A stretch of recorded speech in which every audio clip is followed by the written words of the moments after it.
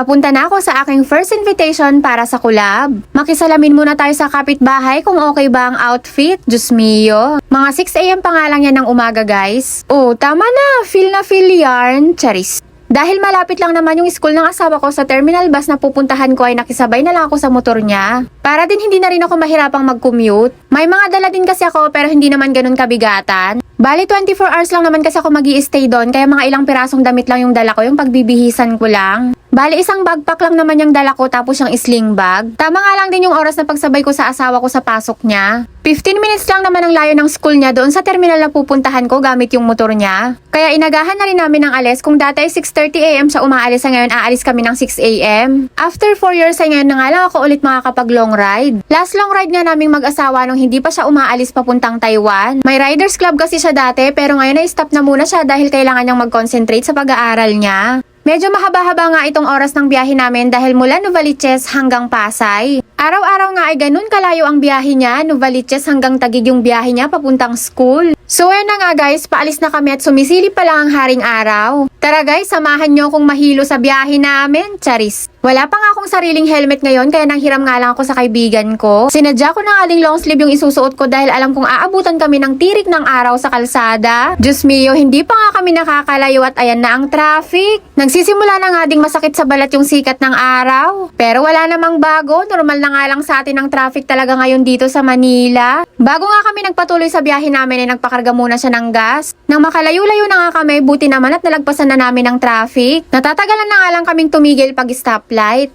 Nakakamiss din pala ang ganitong long ride. Naalala ko tuloy nung isa pala yung anak namin dahil nakakasama ako sa mga rides niya. Nadaan nga kami dito sa maraming bulaklak at madami ding gumagawa dito sa may Dangwa. At nagsisimula na nga ding maganda yung mga natatanaw ko. Heto ang nadaanan naming Luneta Park ay napakalinis. Napakasariwa na nga din ng hangin at amoy dahon or amoy damo yung naaamoy ko. Dahil na din siguro sa mga nadadaanan namin ay napakadaming puno at napakadaming halaman. Sunod nga din naming nadaanan yung Dolomite. Sa unahan nga ay napakadaming namamasyal, hindi ko lang na-videohan. Hayan nga at may nadaanan pa kaming karetela ba ang tawag dyan? Hindi ko sure, pakicomment na nga lang guys kung anong tamang tawag. Tumanda na lang kasi ako ng ganitong edad ay hindi pa ako nakakasubok sumakay ng ganyan. Sabi nga ng asawa ko ay tumigil kami saglit at mag-vlog ako. Sabi ko nga sa susunod na lang at baka malate pa siya sa klase niya. Sobrang thankful nga din talaga ako dito sa asawa ko dahil isa siya sa number 1 na sumusuporta sa akin. Sunod-sunod na ang mga building na malalaki yung nadadaanan namin.